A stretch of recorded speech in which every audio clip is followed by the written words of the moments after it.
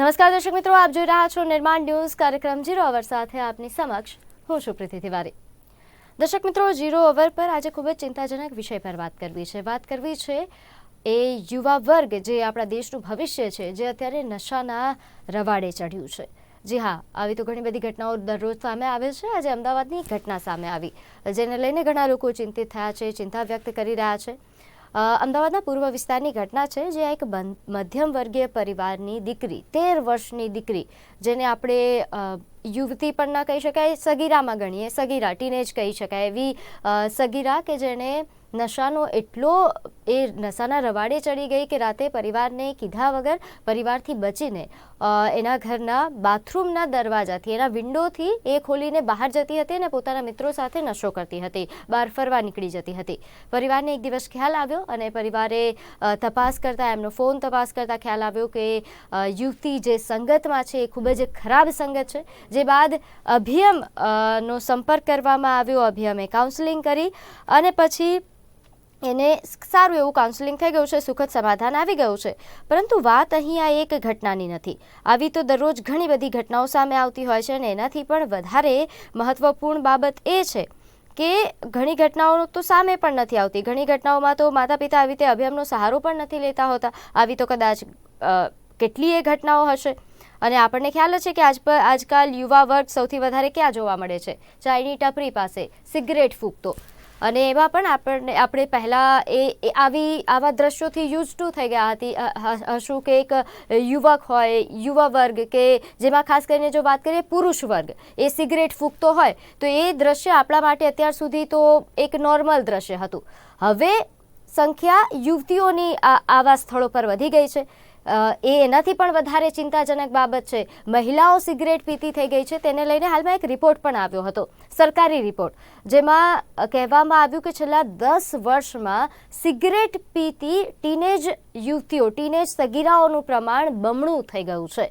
2009માં જે કદાચ 3.2% આસપાસ હતું, તે હવે 6 થી 7% સુધી પહોંચી ગયું છે। મહિલાઓ સિગરેટ પીતી હતી એ તો આપણે જાણીએ છીએ, પરંતુ મહિલાઓથી પણ વધારે હવે તો ટીનેજ એટલે કે 12 થી 15 વર્ષની જે સગીરાઓ છે તે સિગરેટ પીતી થઈ ગઈ છે। એટલે આ ખૂબ જ ગંભીર બાબત છે। યુવા વર્ગ જે નશાના રવાડે ચડી રહ્યું છે તેના વિષય પર ચર્ચા કરવી છે। મારી સાથે 3 મહેમાનો ઉપસ્થિત છે। મારી સાથે હાલ ઉપસ્થિત છે ડૉક્ટર રાજેન્દ્ર આનંદ, જેઓ જાણીતા એવા વ્યસન મુક્તિ નિષ્ણાત છે, સાથે સાથે જાણીતા એવા સામાજિક કાર્યકર્તા ગીતાબેન શ્રોફ અને યુથ એક્ટિવિસ્ટ હર્ષ સાંઘાણી। પહેલા તો આપ ત્રણેયનું નિર્માણ ન્યૂઝ પર સ્વાગત છે। નમસ્કાર। શરૂઆત ગીતાબેન આપનાથી કરું છું, એક સામાજિક કાર્યકર્તા તરીકે। આ જ્યારે યુવા જે નશાના રવાડે ચડી રહ્યો છે, આ વિષય પર તમે વિચારતા હોય, કાર્ય પણ કરતા હશો આવા યુવાઓને સીધા માર્ગ પર લાવવા માટે, કેટલું ચિંતાજનક બાબત છે ગુજરાત માટે યુવાઓ જે હાલ નશાના રવાડે ચડી રહ્યા છે? આમ તો તમે યુવાઓની વાત કરું છું, મારા માટે એક શોકિંગ એ છે કે બાળકો એના રવાડે ચડી રહ્યા છે। એટલે એ વિચારો કે હવે પછીનું ફ્યુચર પણ કેટલું ખરાબ છે, કારણ કે સ્કૂલના 5મા અને 6ઠ્ઠા ધોરણના બાળકો પણ ડ્રગ્સ લેતા થયા એવી જ્યારે અમને આજથી 2-3 વર્ષ પહેલા જાણ થઈ, અને ઘણી બધી સ્કૂલોના બાળકો દ્વારા અમને અમુક એડ્રેસ પણ મળ્યા કે એ લોકોને ખબર હતી, 5મા 6ઠ્ઠા ધોરણના બાળકોને, કે ડ્રગ્સ ક્યાં ક્યાં મળે છે સુરતમાં। ત્યારે એ એટલી ગંભીર વિષય થઈ ગયો હતો કે અમારે મીડિયા સાથે મળી અને એક ખાસ પૂર્તિ બહાર પડાવવી પડી હતી કે જેમાં અમે માતા પિતાને એલર્ટ કર્યા હતા કે જાગૃત થાઓ અને તમારા આટલા નાના બાળકો ઘરેથી પૈસા કોઈને કોઈ રીતે લઈ જાય છે અને શાળામાં જઈ અને એ લોકો કોઈકના થ્રુ આવા ડ્રગ્સ મંગાવે છે। યુવાઓ તો બિલકુલ એ રવાડે ચડે છે એવી ઘણી બધી પાર્ટીઓ જાણવા પણ મળે છે, ઘણી બધી વાર સાંભળવા તો ખૂબ મળે છે। ઇવન ટ્રેનમાં જર્ની કરતા હોઈએ છીએ ત્યારે સાથે બેઠેલી વ્યક્તિ પૂછે, અચ્છા તમે સુરતથી? સુરતમાં તો તમારે બહુ બધી આવી પાર્ટીઓ થાય કે જેમાં ડ્રગ્સ મળતા હોય છે। એટલે ત્યારે ખૂબ આઘાત લાગે છે કે બહારના બધા જ જાણે છે, આપણે સૌ પણ જાણીએ છીએ, અને છતાં પણ અહીંયા કંઈ કામ એવું ખાસ દેખાતું પણ નથી।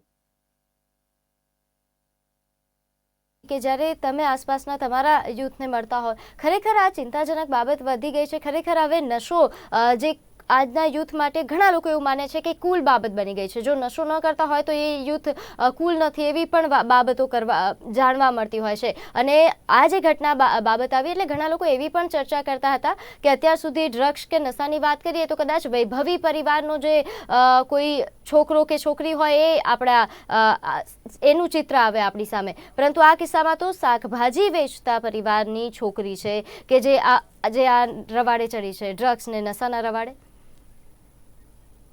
હું એવું કહેવા માંગીશ કે આપણે ખાલી ઇન્ટરનેટ ઉપર જઈને સર્ચ કરીએ ને કે ન્યૂઝ જોઈએ છેલ્લા 24 કલાકના, તો ભારતમાં 5 એવી જગ્યાએ કે જેનું નામ તમને બધાને ખબર હશે, અલગ અલગ જગ્યાએ ડ્રગ્સ પકડાયેલા છે અને છઠ્ઠી છે અમદાવાદ.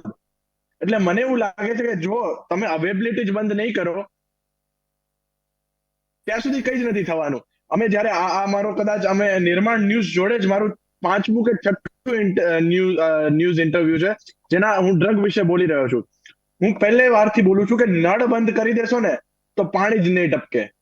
તો તમે નળ જ બંધ નથી કરતા અને પછી આપણે ચર્ચા કરી દઈશું નહીં કે પાણી ટપકી રહ્યું છે. યુવાનો, જ્યારે તમે યુવાનોને અવેબિલિટી આપો છો ડ્રગ્સની, હું એવું કહીશ ડ્રગ્સ તો દૂરની વાત છે, સિગરેટથી જ આ બધું ચાલુ થાય છે, એક નાની વસ્તુથી જ ચાલુ થાય છે. તમે જુઓ ગુજરાતની જ ને, હું અમદાવાદની કહીશ કે હું અમદાવાદમાં ભણું છું, તમે બધી યુનિવર્સિટીની બાજુમાં જઈને જુઓ, હું એવું કહીશ કે એના આપણે 1 કિલોમીટરની વાત કરીએ ને, 100 મીટરના રેડિયસમાં તમને હું 5 જગ્યાએથી સિગરેટ ને આવી રીતે ગોતીને આપું, હું તમને ગોતીને આપું, તો ક્યાં ગઈ છે આપણું તંત્ર, ક્યાં ગયા છે લોકો, શું કરી રહ્યા છે લોકો? કેમ કે આપણે જોઈ રહ્યા છીએ કે 24 કલાકમાં 5 જગ્યાએ ડ્રગ્સ પકડાણા. એ ડ્રગ્સ એવા લોકોએ પકડાયા.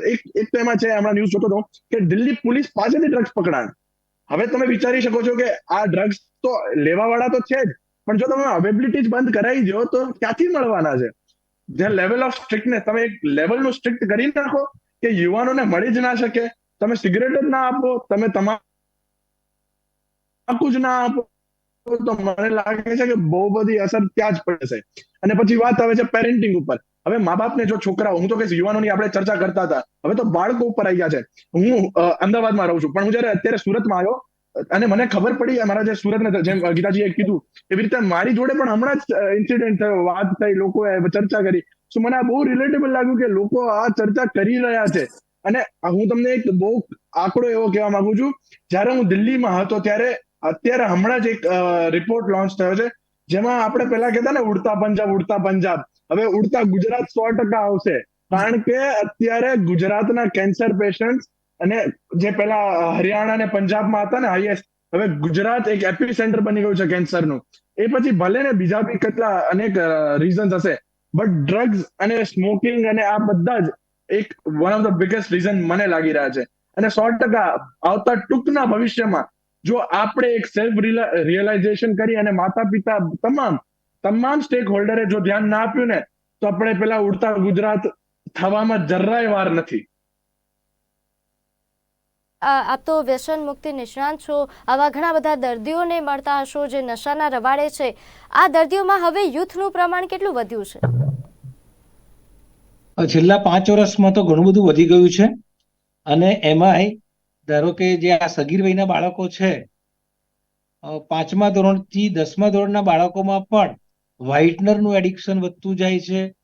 એ લોકોમાં ચોરીનું પ્રમાણ પણ વધતું જાય છે. અને બીજી ઘણી બધી એવી વસ્તુઓ છે, આ રીતે સિગરેટ છે, ગુટકા છે, એ 5માથી 10મા ધોરણના બાળકો વધારે લેતા થયા છે, જે મા બાપને ખબર નહીં. અને પોતાના કદાચ મિડલ ક્લાસના લોકો પોકેટ મનીનો ઉપયોગ કરીને લાવતા હશે અને લોઅર મિડલ ક્લાસના લોકો કઈ રીતે આમાં ફસાય છે એની ખબર નથી. પરંતુ મા બાપની બેકાળજી પ્લસ એમને ભલે એકનો એક સન છે કે એકની એક દીકરી છે એટલે કશું કહેવાય નહીં. ત્રીજું, બધાને ખબર પડી જશે કે આવું બધું કરે છે, કે સ્મેક લે છે, કે ચરસવાળી સિગરેટ પીવે છે. આ બધું મળીને મળે છે અને ત્યારે જ્યારે પકડાય છે ત્યારે બહુ જ મોડું થઈ જતું હોય છે. એટલે છેલ્લા 5 વર્ષમાં તો અમે એટલા બધા બાળકો છે, 10, 11, 12ના ધોરણના બાળકો છે, બધાને આ રીતે આઈધર સિગરેટ પીતા, ગુટકા ખાતા અને ખાસ કરીને 7મા 8માના તો ઘણા બાળકોને મેં વ્હાઇટનર સૂંઘતા જોયેલા છે. એટલે વ્હાઇટનરનું એડિક્શન આ બાળકોમાં બહુ જ આપે જે વાત કરી વ્હાઇટનરને લઈને, એટલે એનો મતલબ એમ છે કે ક્યાંથી નશો મળી શકે છે એ જાગૃતિ પણ બાળકોમાં આવી ગઈ છે, પરંતુ નશો ન કરવો જોઈએ એની જાગૃતિ નથી આવી રહી. એટલે આ ખૂબ જ ગંભીર બાબત છે. આ જે ષડયંત્ર રચાઈ રહ્યું છે આજના યુવા વર્ગને બરબાદ કરવાનું, ગીતાબેન આપ આ શું માનો છો? ખાસ કરીને આ ષડયંત્રની શરૂઆત ક્યાં થાય છે, અને સાથે સાથે શું ખરેખર યુવા વર્ગ, તમામ યુવા વર્ગ હાલ આવા પ્રકારની સ્થિતિમાં છે કે આપણે એ પણ પરિસ્થિતિમાં છે કે આને સુધારી શકીએ, કે હવે પરિસ્થિતિ એકદમ બગડી ગઈ છે કે આ સુધરશે જ નહીં? જી, આમ તો પરિસ્થિતિ ખરેખર ખૂબ ગંભીર છે, અને હું બિલકુલ માનું છું કે આ એક એવું ષડયંત્ર છે, કારણ કે ભારત દેશ એવો હતો કે જે યુવાઓ સૌથી વધારે ભારત દેશમાં, એટલે યુવાઓને સૌથી પહેલા ખોટા રવાડે ચડાવી દેવાનું, એટલે યુવા ધન ખતમ થઈ જાય. અને હવે બાળકો, એટલે એ બાળકો યુવા વય સુધી પહોંચે તે પહેલા જ ખતમ થઈ જાય. એટલે આના માટે જાગૃતતા લાવવી એ જરૂરી છે, પણ જેટલી ના કહેવામાં આવે એટલું એનું આકર્ષણ વધે છે. એટલે હું એવું માનું છું, અને અમે અત્યારના અમારી સંસ્થા તરફથી એક પ્રયત્ન કર્યો છે, જેમાં હમણાં કામ ચાલી રહ્યું છે, કે જે SVNIT કોલેજના AI ડિપાર્ટમેન્ટ સાથે અમારી વાત ચાલી રહી છે, કે જેમાં એક એવું અમે AI દ્વારા કે સ્કૂલોમાં અને કોલેજીસમાં એ AI દ્વારા જ કોઈ જો એને પસાર થવાનું રહે અને જો એને ડ્રગ્સ લીધો હશે તો તરત જ ખબર પડી જાય કે આને ડ્રગ્સ લીધો છે. પછી એને ક્યાંથી લીધો છે, કેવી રીતે લીધો છે, એ દિશામાં આગળ વધવું જોઈએ. હું એવું માનું છું કે આપણે ડ્રગ્સ પકડીએ છીએ, ડ્રગ્સ લેનારને પકડીએ છીએ, પણ પછી એની કાર્યવાહી આગળ શું?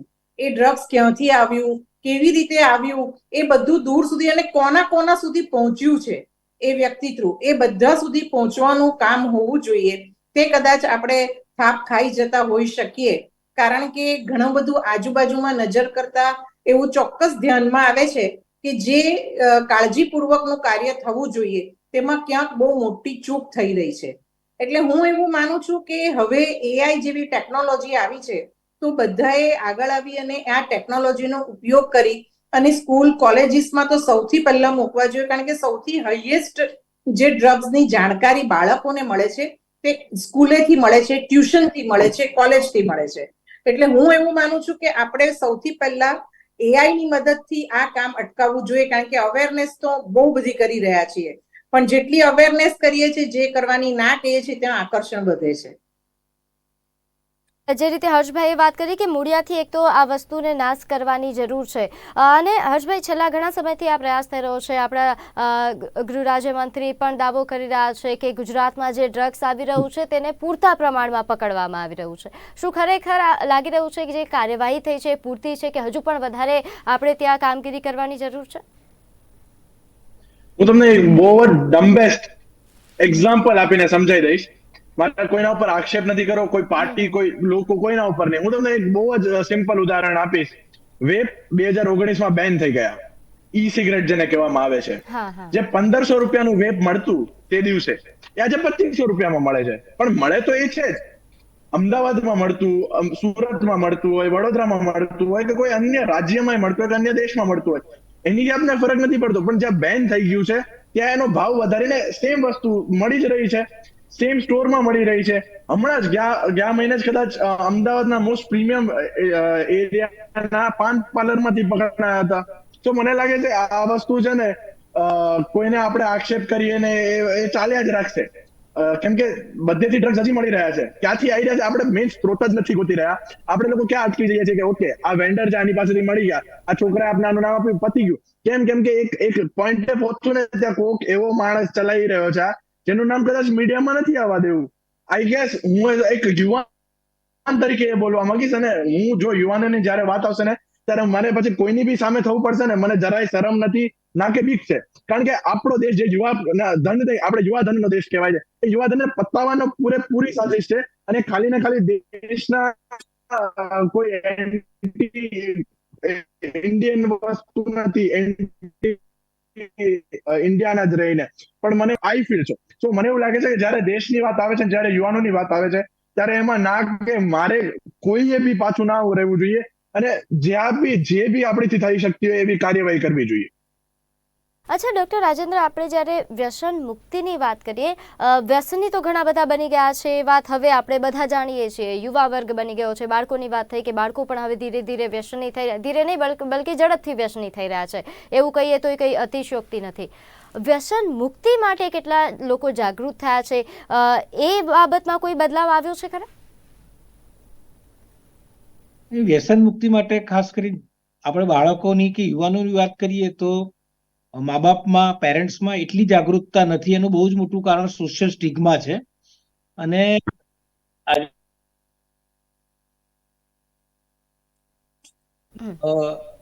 એ સ્મેક, બ્રાઉન સુગર, અફીણ, ચરસ આ બધું લેતો થયો છે. અને એનો આજનો યુવાન પોતાનો પુત્ર મોડો આવે છે, પૈસા ના આપો તો મા બાપ જોડે માથાકૂટ કરે છે, ગમે તેમ વર્તન કરે છે.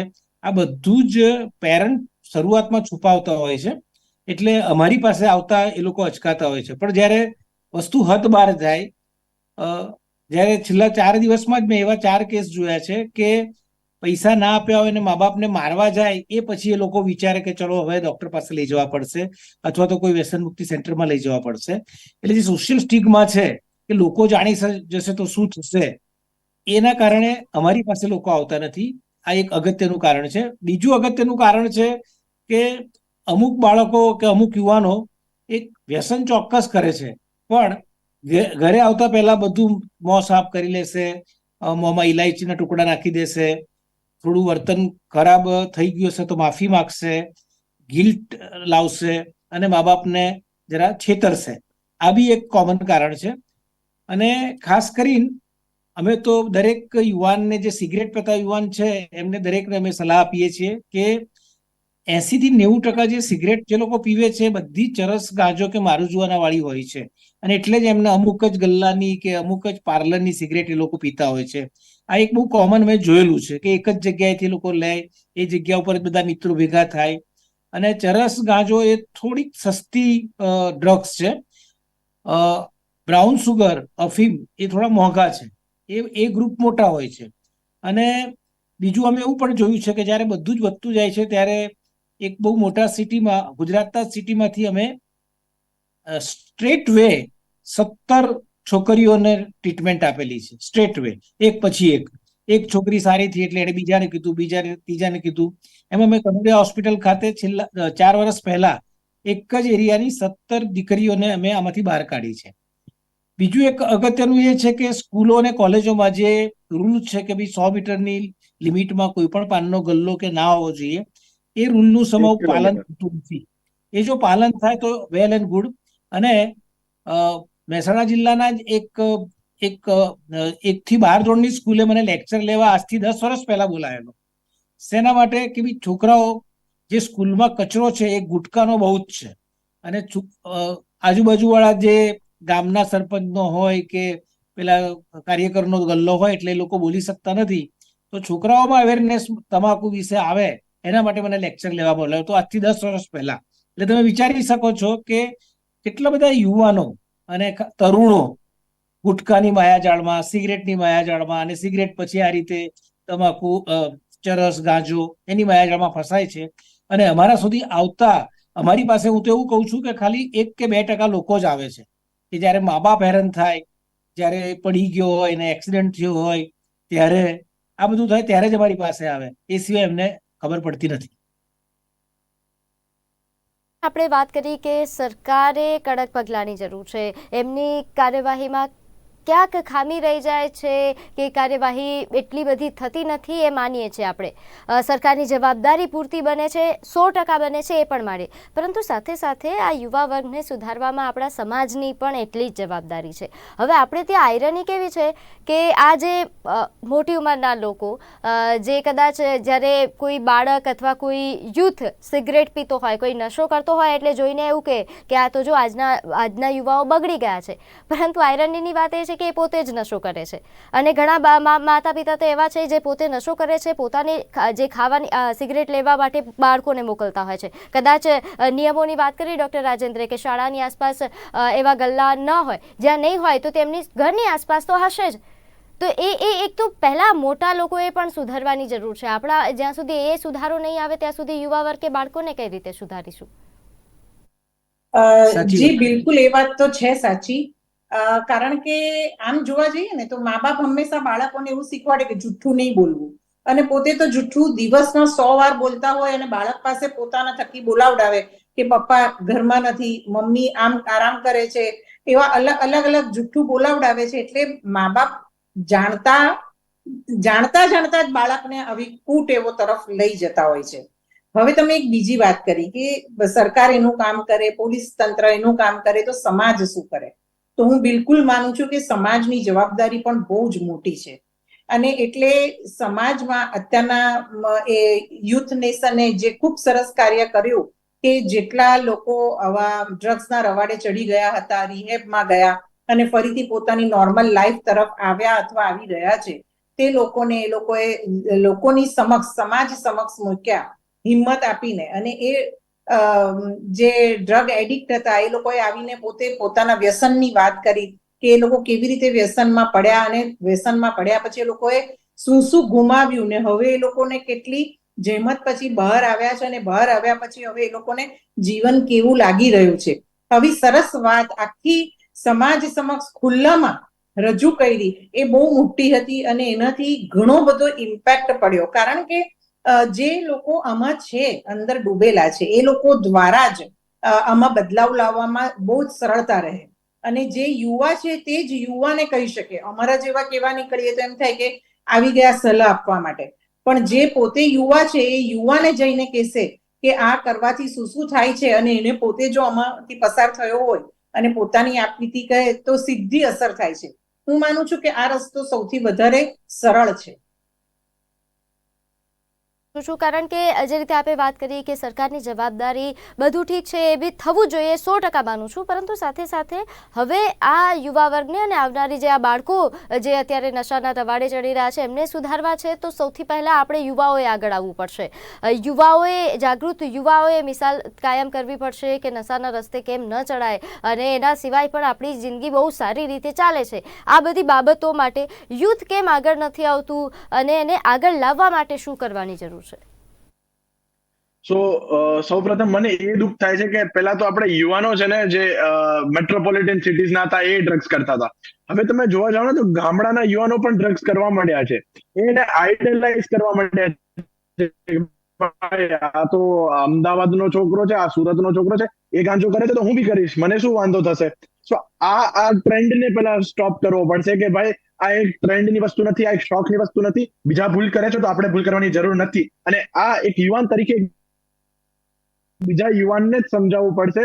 કારણ કે જો મા બાપ સમજાવવા આવે છે કે કોઈ મોટી ઉપર ના આવે છે તો એવું કહે છે 100% એઝ અ યુવાન હું બી ફીલ કરીશ કે યાર તમે ભૂલ કરો છો કે તમે ભૂલ નથી કરી, ચાલો પણ તમે મને કઈ રીતે સમજાવો છો, એવું બધા ફીલ કરે છે. જ્યારે હું એક 18 વર્ષનો છોકરો થઈ અને એક બીજા 18 વર્ષના છોકરાને સમજાવીશ તો કદાચ એ જલ્દી માની જશે.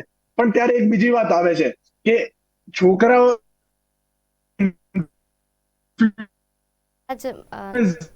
ક્લિયર નથી આવી રહ્યો.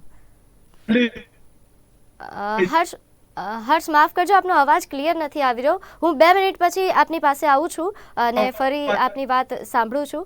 ડોક્ટર રાજેન્દ્ર, કારણ કે આપ વ્યસન મુક્તિ નિષ્ણાત છો, આજે આવ્યા છો એટલે આપનો લાભ તો હર્ષ, આપનો અવાજ ક્લિયર નથી આવતો, આવું છું. એટલે આપનો લાભ લેવો છે. કદાચ કોઈ એવી વ્યક્તિ છે જે આ શો સાંભળી રહ્યો છે, એમને હવેથી મારે નશો નથી છોડવો એવું કોઈ વિચાર કરે તો કયા પગલાં, અને એમને ડૉક્ટર પાસે પણ નથી જવું તો કઈ રીતે એમને નશો છોડવા માટે શું કરવું જોઈએ, પ્રાથમિક પગલાં શું લેવા જોઈએ? ખાસ કરીને જ્યારે મા બાપને કે પેરેન્ટ્સને ખબર પડે પોતાના બાળકને, તો મા બાપ શું કરે છે, શરૂઆતમાં ઘરમાં મારશે, ઝૂડશે, એની જોડે મિસબિહેવ કરશે, ગમે તેમ બોલશે, 2 દિવસ ખાવા નહીં આપે. તો એક તો કોઈ પણ જાતનું વ્યસન એક માનસિક રોગ છે, એ આપણા સમાજમાં હજુ અવેરનેસ નથી. બીજું અગત્યની વાત એ છે કે આ તમે ક્રિટિસાઇઝ કરો, ટીકા કરો કે મારઝૂડ કરો, એનાથી એનું વ્યસન બંધ નથી થવાનું. કેમ કે એના શરીરને એટલી બધી આદત પડી ગઈ હોય છે કે એનું શરીર માગતું હોય છે. એટલે 2 પ્રકારની ડિપેન્ડન્સી છે. શરૂઆતમાં સાયકોલોજીકલ ડિપેન્ડન્સી થાય અને પછી ફિઝિયોલોજીકલ ડિપેન્ડન્સી થાય. હવે એ લોકો એટલું બધું વ્યસન કરી ચૂક્યા હોય છે કે છોડે એટલે તરત જ એમના શરીરને તકલીફ પડે. એ તકલીફ માટે જો એ સાયકિયાટ્રિસ્ટ પાસે કે વ્યસન મુક્તિ સેન્ટરમાં ના જાય તો બાજુના પોતાના ફેમિલી ડોક્ટર્સને પણ કહી શકે છે, અને એ લોકો પણ ચોક્કસ જે સિમ્પ્ટોમેટિક દવા આપે એમાંથી પણ બાળકને બહાર કાઢી શકાય છે. અને ખાસ કરીને મેન્ટલ સપોર્ટ આપવો જોઈએ. પેરેન્ટ્સ શું કરે, એનું ગિલ્ટ વધારે ડેવલપ કરે. આવો તો જોયો જ નતો, તું આવો નતો વારા કરતા પેદા ના થયો તો સારું હતું, એવું એનું ગિલ્ટ ડેવલપ કરે. એવું વર્તન કરવાની જરૂર નથી.